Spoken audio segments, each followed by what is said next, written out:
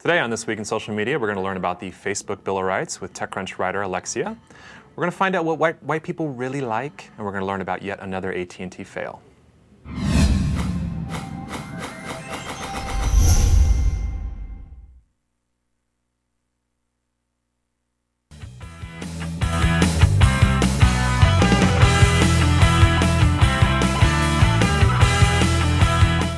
Hello, hello. Welcome to another episode of This Week in Social Media. I'm Sean Percival.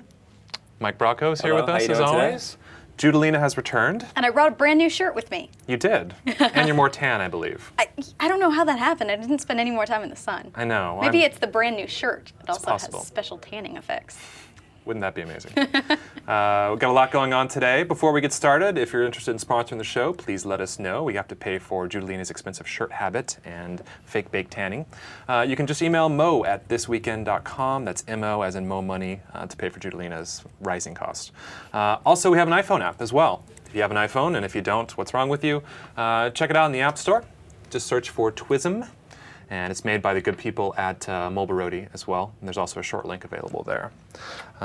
Where do we start today? We're going to start with the featured app, I believe. Yeah. What do you got for us? So this is a great app, personal favorite of mine. It's called Mint, mint.com. Use it, love it. And basically it's a personal financial management application where you connect all your bank accounts, your checking, your credit cards. It tracks all your purchases. I'd pull up my account here, but I don't want to reveal my financial information. But basically, you can create budgets, set goals. It's great, too, because you can sort of see trends in your area. So it can show you people in your area, spending habits, how they compare to yours. And I have to say, their blog is one of the best corporate blogs you'll find out there. So great one to check out. That's a good point on the blog. So if you're a startup and you're looking for innovative ways to drive traffic to your site, Mint does it really well. They do infographics. They do these pieces that really engage you, and you'll notice they have a very small call to action on the right side there to kind of actually drive you into the product and get you using it. I use it. I love it, and I love the alerts. That's kind of the big thing for me. Yeah. Is you get these alerts when you spend too much. When we had our kid, got an alert. I shit you not. We got a bill saying, or we got an alert saying, you spent $944 on groceries this month. That's X amount more than you normally spend. So I immediately, of course, yelled at my wife. But it was just a bunch of weird things we had to pick up that we never had to pick up before, and some of them are a little expensive. But it's great for tracking your spending. As I'm, old now, I actually have like stocks and mutual funds. I can put all that in there. Connects with my Wells Fargo, my ING, with my credit cards, with just about everything. And it's actually enjoyable, mostly because this is the first time in my life that I'm financially stable and doing well. And so I love opening it. I look at it almost every day, I gotta say. It's a little sad. That's the reason why I don't have this app set up. I don't need to be reminded that I've spent $10,000 more this month than I have. Then you should be. Yeah. That's okay. You're an actress trying to make it, so you should be broke. That's Plus, okay. I'm just going to marry into money. By the way, if you want to marry into me, Judalina at judalina.com. Sorry, folks. Craigslist turned down that adult service, or they turned it off. So Judalina's got to do it somehow. But yeah, if you're looking to sponsor the show or marry Judalina, please let us know. You can also direct that to Mo@thisweekend. Mike, I got to say, you obviously have OCD, as we've learned to find out when we found on the show. It's true. Why do you like this? Is it just the detail? Is it you're just obsessive about your money, like you are with everything in your life? Pretty much, that's true. But no, I think it's great because you can really get a sense of what you're purchasing. And then since it's automated, it's automatically pulling in this information from your different accounts. And obviously one of the big issues that many people have is the security. If you do online banking, this is the same thing. They're very cautious of that and are very clear about all the security measures that they take. So it's great. It has mobile applications, iPhone, other OSs. So it's really super easy to access. I mostly access it on my iPhone instead of the website. So I use the website through my iPad as well because it's a good experience that way. But mostly the iPhone does everything you need, so it's pretty good. Great. The chat room's wondering if we read the chat room. We actually do read the chat room. We can see everything you say, so we can see your advances to Judalina right there. Thank you very much. So if you have questions, we'll definitely grab them if we can. So that was the featured app of the week. Our tip of the week. Tip of the week. Yeah, this is kind of your idea here. Yeah. Tell me why. I'm a huge fan of Twitter, as we all are, and I'm constantly registering new Twitter handles. And one of the kind of annoying things about Twitter is you can only have one email per Twitter account. Sure. So most services are like that. Yeah, most services are like that. Yeah. So an easy way to get around that, and especially if you use Gmail, you can kind of create aliases on the fly. So if you type in your normal username and then a plus symbol, and then whatever you want at gmail.com or at your Google Apps account, custom domain, it essentially creates a new email on the fly that gets sent to the base account. So it's a really easy way to sort of create handles. And what I usually do is use my Google Apps account and then just do plus and then the name of the Twitter handle as the addition. So tell me how this works, because I'm actually still a slave to Outlook. I love my calendar. I'm on Exchange, so I can't use Gmail. It also seems to go down a lot, and I just can't have my email ever going down. What does this work? You add a plus, it creates a new address.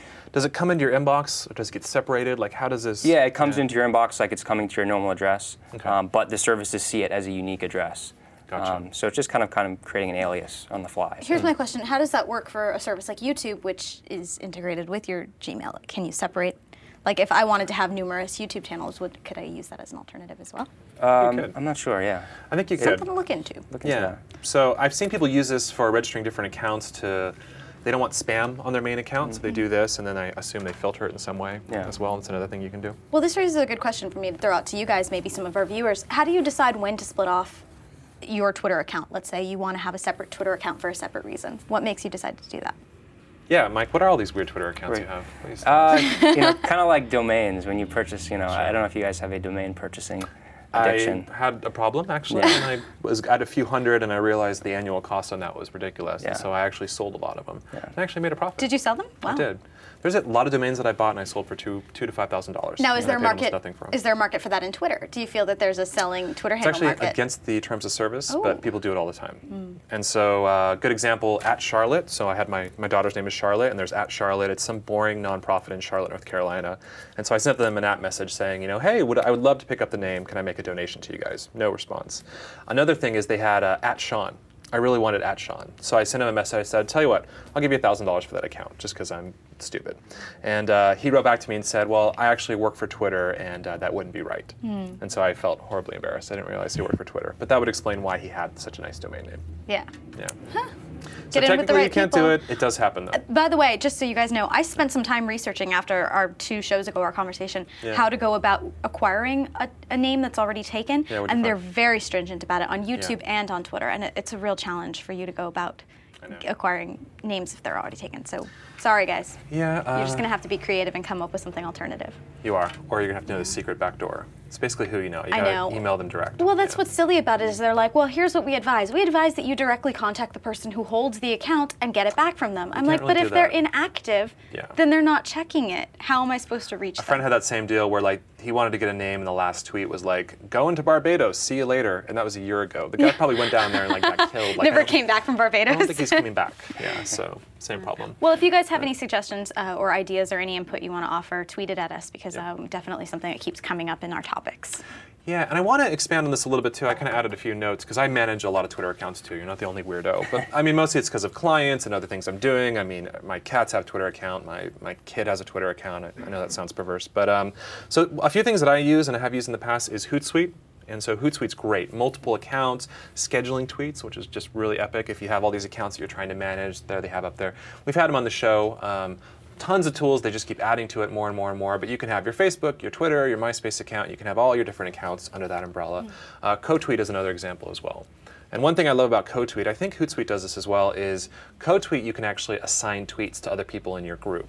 So like if you're managing all these accounts and you want to have multiple people with different kinds of permissions, CoTweet will kind of come in there and help you with that as well. And as things come up, they can measure it by clout score, so you're reacting to the influencers, quote unquote, first. And the other time is what they'll do is they'll allow you to assign it to another team member too. So that's insanely valuable if you're trying to manage something with a large scale. And for those of you, especially small business owners and things like that, who are sort of daunted by social media, these third-party apps, while they might take a little bit of setup work on your part, are really going to benefit you and save you some time and some headaches, especially if you're trying to do multiple platforms like the Facebook and Twitter and things like that. So The Facebook. Facebook. So get in on that. Yeah, and the other thing I do, I know it sounds stupid, but Twitter for iPhone is one of the best multi-account systems in the world because when you're on the go, you can write your message anywhere and then you can switch what account you're sending it to. It's just an amazing tool. It was Tweety before it became Twitter. And then of course there's also Seesmic, and we're going to talk a little bit about Seesmic later in the show, but they do multiple accounts. You can send multiple messages at the same time. You can switch back and forth, makes it super simple. You can have different streams, all kinds of stuff too. So that's kind of my arsenal for using multiple accounts, which it seems to be a growing trend as well. Anything else on that? let's see if we can bring in Alexia, actually. I know we're a little bit early, but I know she has, I think she has to file about 40 reports every day for TechCrunch. So let's see if she's available. We'll get her in here. Let's bring up her article if you can. She wrote a great article, I believe it was earlier this week. Yeah, it was earlier this week or last week. Essentially a Facebook Bill of Rights, which I thought was pretty amazing. So we're going to get Alexia on here to talk about that. Did you get a chance to read the article? Yeah, it was a great article. It was interesting. I definitely have some questions we'll want to ask her when she gets on. I do, and you know, I don't do this very often, but I do want to give Arrington some props because Alexia was probably the best hire he could have made. He was very, very smart to steal her, and it sounds like maybe she's too busy in a way. But I see her. Alexia, Hi. how are you? Arrington deserves a lot of props for a lot of things. He does, I know. We're busting him a little bit, but hiring you is definitely one of the smartest things he's done recently, and you're doing great. And you always had a unique insight into everything, and so we definitely appreciate having you there. Like I was kind of telling you, we love the article. It got passed around here between the This Week in staff. Where do we start on this? You know, my first question was, what compelled you to write this? What got you started on this?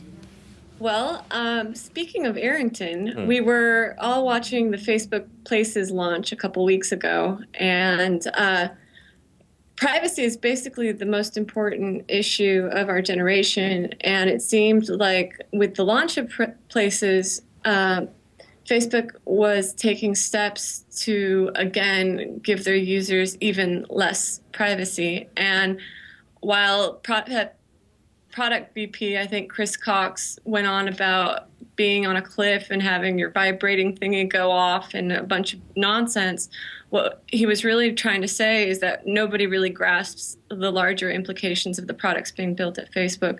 Like, what's interesting about geolocation is that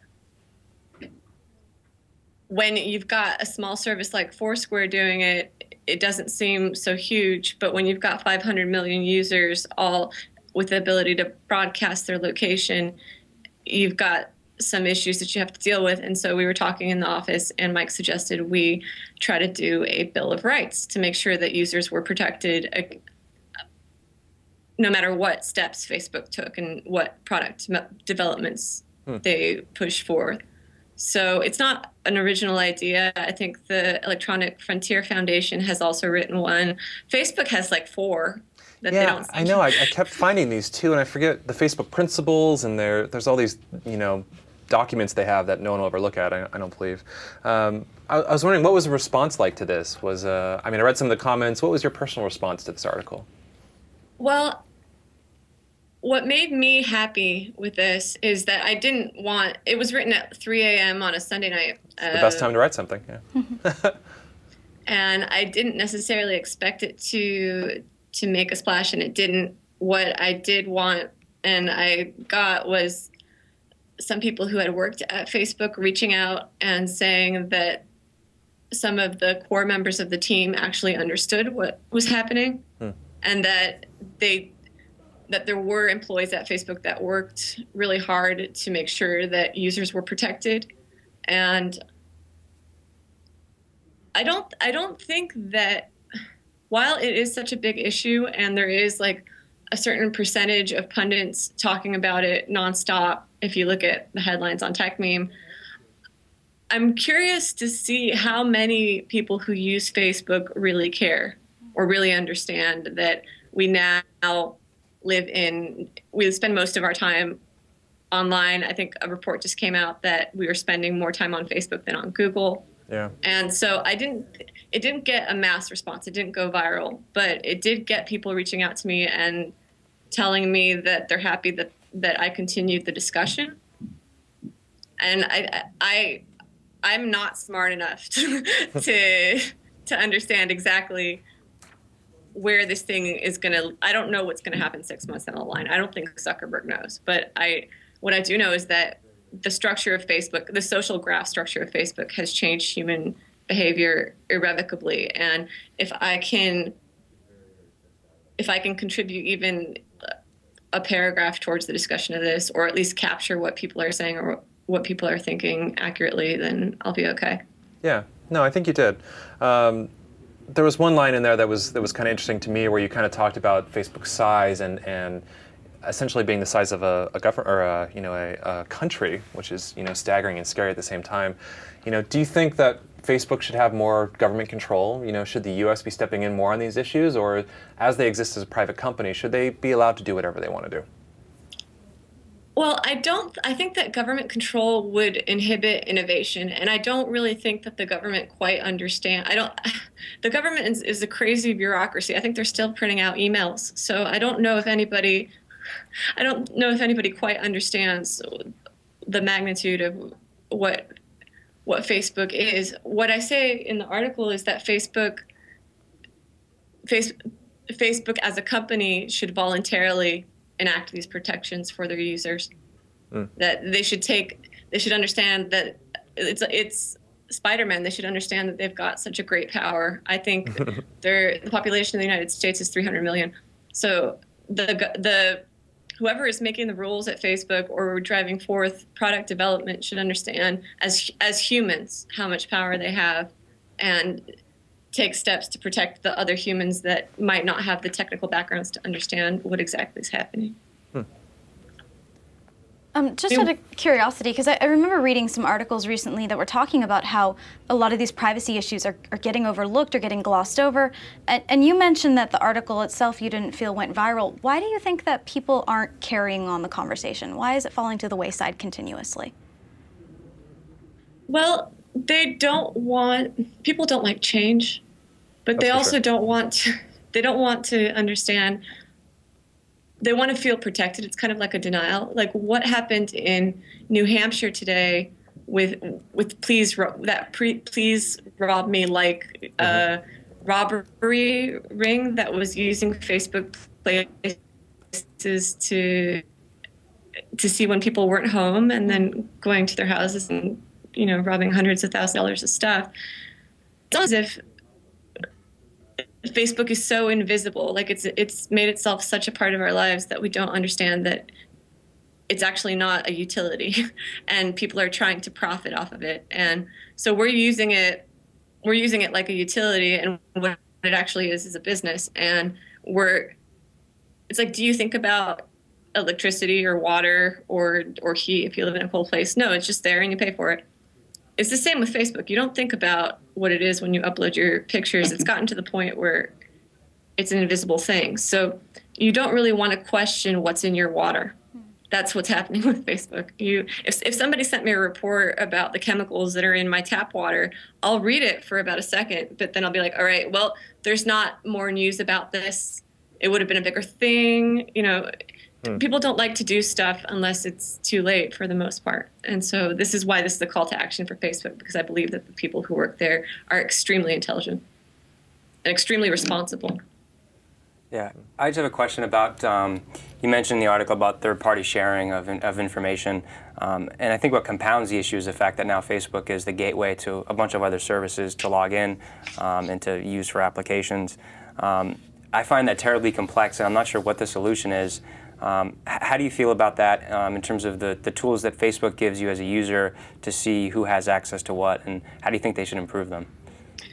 Well, I know for a fact that that's where the third-party sharing is the business model that a lot of people who have social sites are banking on at the moment. And so what I think should happen is that there should be like a one sheet of what third-party applications get your data and to what extent. So it's like, can Yelp see your photos?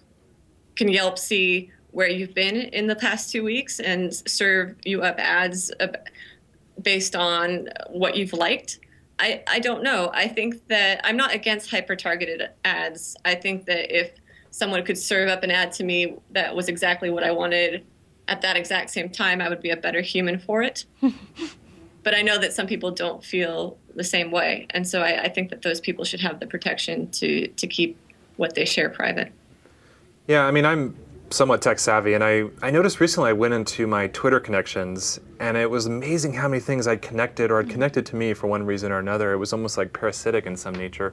I think Facebook has that same issue where you've connected in so many places you don't realize, and as I have some business conversations with other folks, business companies are actually coming to me and saying like, yeah, we have, 100,000 people who have OAuth against us, almost implying that, you know what, they made that one-time connection and now I can leverage that whenever I want for whatever I want in the future.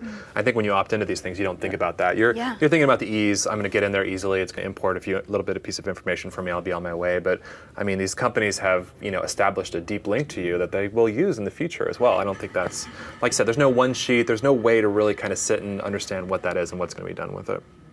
And we're sloppy too. Like I've Facebook connected all over the place. You know, I'm so promiscuous with that Facebook connect button, and I'm in the industry, so I imagine what my mom must be doing on the internet, and how many companies must be connected to her. She's on Facebook, and still haven't gone back in and unchecked the allow whatever stupid application I'm testing out to see my data. So there's about 100 apps that I've tried out for TechCrunch that still get to feed off where I'm going and who I'm talking to on Facebook.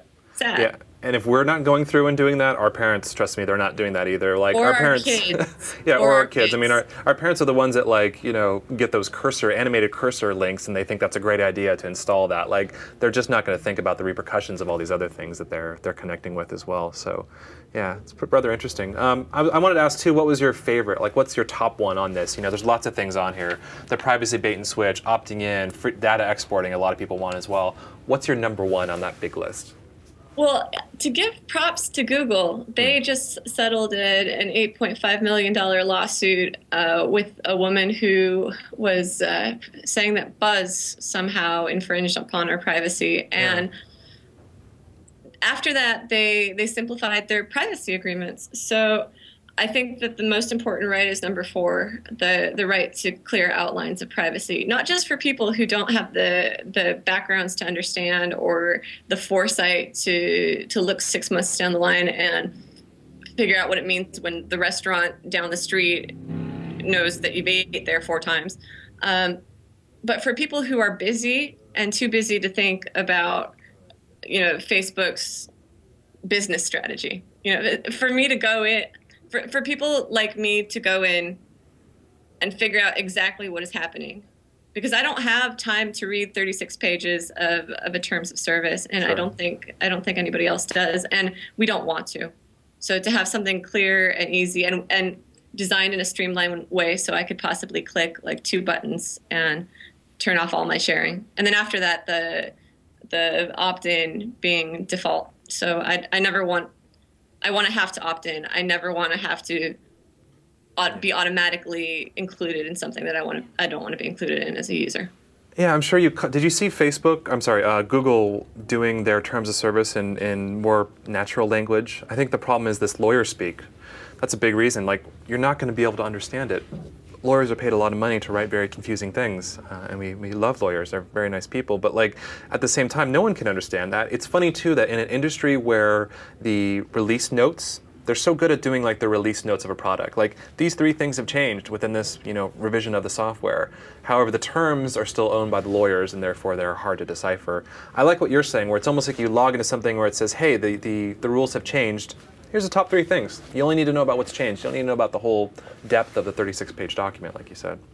Yeah, I mean, it would be stupid to expect a company like Facebook to never change. Sure. I actually don't recommend this. It would inhibit innovation. We wouldn't have some of the amazing social connections that both Facebook and Google and Twitter engender. But what needs to happen is that when those changes are enacted, that we're given clear-cut language. No lawyer speak. I don't think even lawyers don't have the time to go through lawyer speak when they're dealing with social stuff, and just have us be more aware. I mean, information is power, basically. True dat. Did you have a question? You look here. I'm really curious to just hear a bit more about the fax this photo, because I thought that was entertaining, and then when I thought about it on the back end, it was very scary.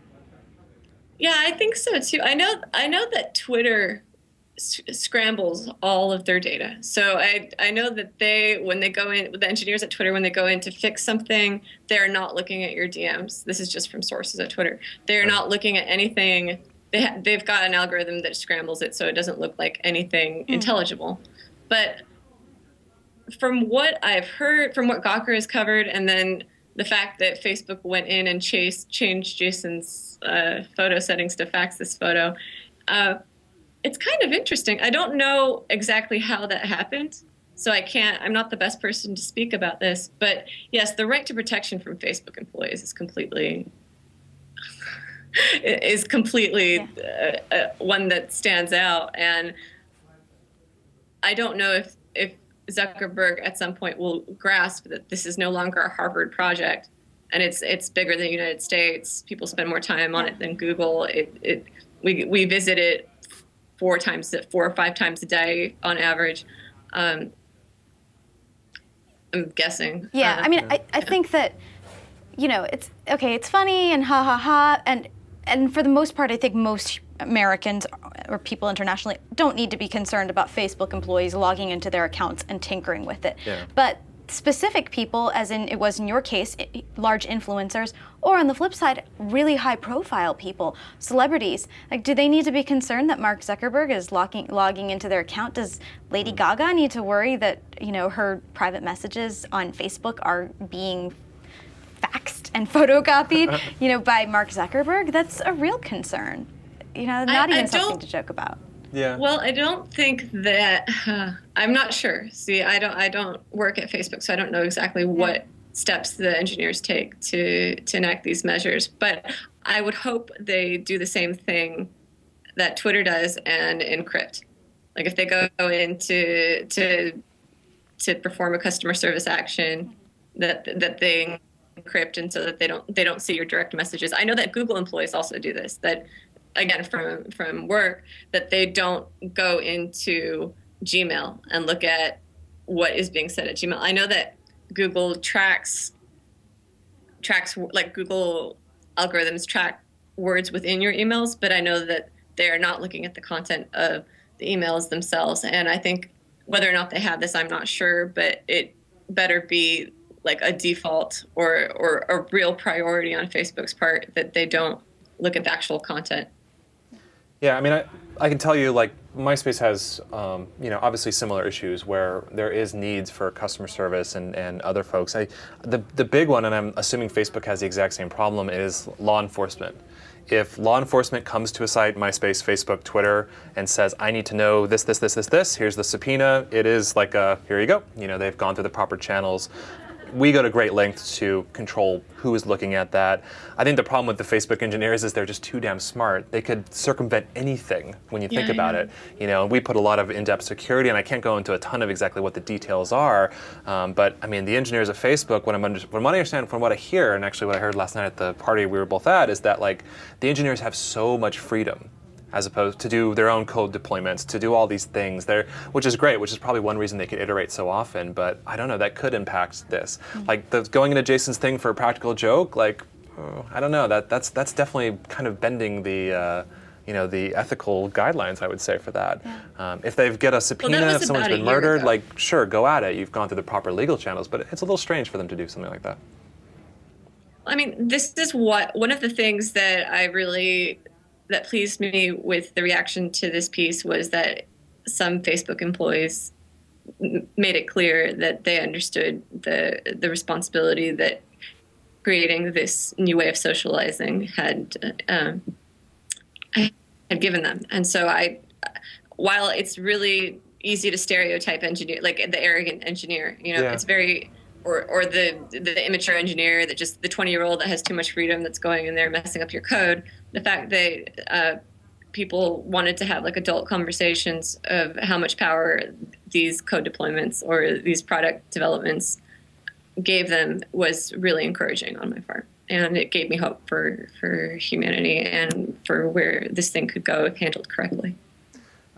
Being up there, talking with a lot of these guys, I mean, one of your items here was about exporting your data, and we have a few people that are obviously interested in that. Like, will Facebook ever allow you to export your data? What is your feeling? My gut tells me no. I would love to know what you think. Yeah.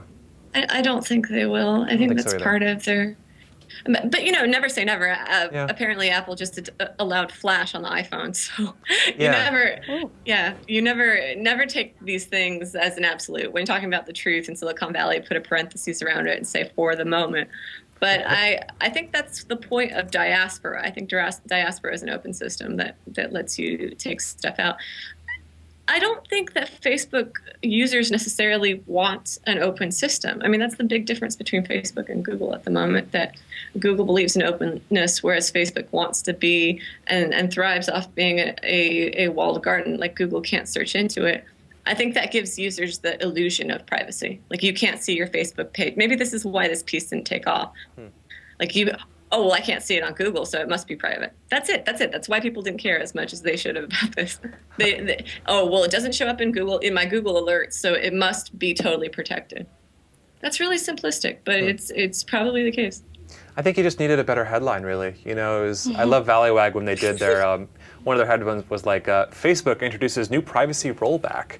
I love those kind of headlines, so I don't know, maybe the headline needed to be a little snappier or snarkier. Your data sold into slavery. They do it really well. All right, Alexia's got a lot going on, so we want to let you go. Do you guys have any other questions before we let her go? No, I think the interesting thing for all of us is to see what happens with Google and whether Google Me becomes a reality and how that challenges Facebook. And it is a reality. Yeah. We have to see whether one plateaus, another, or which one plateaus first. Yeah. There's only 6 billion people on Earth, so yeah, that's it. Yeah. Yeah, I think they should probably just do like a Highlander thing where they all fight with swords. That's my thought. Alexia, thank you so much for taking the time to talk with us. Really loved your insights. You can find her on TechCrunch, and you can also find her on Twitter. @Alexia is her name. She knows people at Twitter, Thanks, so she guys. gets very nice names. Awesome. Thank you. Bye. So that was great. Yeah, I don't think Facebook will ever allow you to export your data. No, which is sad. It's a terribly sad thing if you think about it. It is, and you'll continue to see companies that build these little workarounds, but then they get shut down all the time. Yeah. So it's too What bad. was, of that list of Bill of Rights, what was sort of your guys' biggest or scariest or most important? For me, probably just the data export, just because, I mean, Yeah. Facebook's becoming the place where you upload your images, all your media, you know, especially if that's your sole place. So for a lot of people who are taking pictures on their phones, they're uploading to Facebook and they don't have other copies of their stuff. I think that's really scary if you think about it only living on Facebook and not being able to download it and back it up. So Yeah. I don't know. That's probably my big concern too. I'm just kind of looking at these, you know, suspending accounts. This is really tough. When you have, you know, such insane volume as they do, you're going to have to suspend people that maybe are unjust. It's not their job to be the middleman in this whole deal of weird, you know, arguments that go on. Trust me, there is a lot. Yeah, privacy change outlines. This is so tough to do. I mean, Apple's doing the same thing. Every month I log into iTunes and it's like, everything has changed. Click OK to fake that you've read that message. Yeah. But yeah, I mean, the opt-out is a big thing. I really want those photos elsewhere. That's why I use Posterous, because they go into multiple locations. They go to Facebook, but they're also on Flickr, they're also on Posterous. They live in multiple places, so I'm not, you know, if something were to happen to them on Facebook, I would still have, you know, a backup. And I'll just mention really quickly, Backupify, which I think we've talked about, is a great source if you're using a lot of these cloud-based applications to back up your data across them. So, and what's great too is Google is a big supporter of data export. I think they're behind the Data Liberation Front, I believe it is, which heads up the efforts to create standards around having the ability to get your data in and out. So. On one hand, these privacy issues, when they come up, like they're very fascinating to me because it does sort of, you know, lend itself to this whole 1984, you know, Big Brother syndrome. And Sure. But then there's a part of me that goes, oh, what's with the conspiracy theory angle? Like, let it be. Like, it's fine. Life's fine. But it's interesting to hear how much conversation and topic goes into, you know, concern over controlling and protecting. It's not like we're saving African children here. It's our photos, you know? That's true. That is a good point. It's just this big, you know, I'd love it if there could just be some easy solutions. You know, people could just resolve it, just make it go away. It shouldn't be a problem. And world peace the next day, what else? Yeah, do we and have? then we'll save all the African children, Great. you know? We'll just get Brad and Angelina to donate a few, or adopt a few more. We're bringing Angelina Jolie into This Week in Social Media, guys. Let's do it. Great. We have a quick link for everyone. Yeah. And this actually came up in the conversation, so this is a great link for those of you to piggyback on what we just talked about. Yes, Tim Ferris, God Among Men, basically had an article about how to get your headlines retweeted. kind of like as I was joking with Alexia, the headline is pretty much everything. Let's take a look at this. I actually didn't get a chance to look at this. So This what are we dealing article with? is phenomenal. The thought exercise you should do and read later, but if you scroll down to the bottom, what's great about this article is he actually gives you examples of 2 different versions of headlines, and before he gives you the answer, he asks you which of these headlines pops more to you. And shockingly, one of them always works better than the other. And so his argument is that if you can phrase your headlines, your tweets in a certain way, you're way much more likely to get people to click through, to retweet, and to help promote you. It's really important for those of you who are running sites for brands or for even personal occasions. Like I'm helping to promote this charity event, and I'm like, well, maybe the way that I've been tweeting this charity event isn't encouraging people to click through. There are maybe perhaps better ways I can, sneak attack them into it. Yeah. Well, charity is rather boring, so you really got to spice Well, it up a little bit. hey, go to this charity event. Like you see that a million times. Sure. But then when I started to spin it off to how can you have fun networking in web television and then the click-through, people are like, whoa, I want to have fun networking in the web television community. Don't we Oh, all? it's a charity event. Damn, Jillian got me on this damn charity again. Jeez, I gave her enough money. Yeah, I think it's great. There was some things where he's talking about kind of creating a WTF moment. I mean, we've kind of found that in social media that depending on your crowd, especially if they're a little bit younger, there's a few things that work really well, and we use this at MySpace because our demographic obviously is younger. WTF and ooh, and then shocking stuff, So it's like WTF could be just weird random stuff. Ooh is just like random facts or videos that just kind of spark a nerve too. I think it also goes back on the headlines. It's literally about moving emotions. And Tim Street, who's a big video guy out here, he has this kind of line where he says, the secret to any viral video, move 2 or more emotions. If you move 2 or more emotions, you'll do very well. You'll have a nice organic lift on it. Same with headlines. Move emotions. That drives clicks as well. Yeah. What else did you find anything else interesting in that article that yeah, no, I just thought it was great because, a lot of people don't necessarily think, if they're not, working for a business or, they don't necessarily take the time to strategize their headlines. And if you just spend a little bit of time thinking about it, you can, dramatically improve your results in whatever you're trying to do, whether it's personal branding or connecting with people. So. Absolutely. Great. Great read for everybody in every industry. Check it out, Tim Ferris. Most of his stuff is pretty good. He's kind of strange, but rather smart, so I'd check him out. On that note, let's go into the news.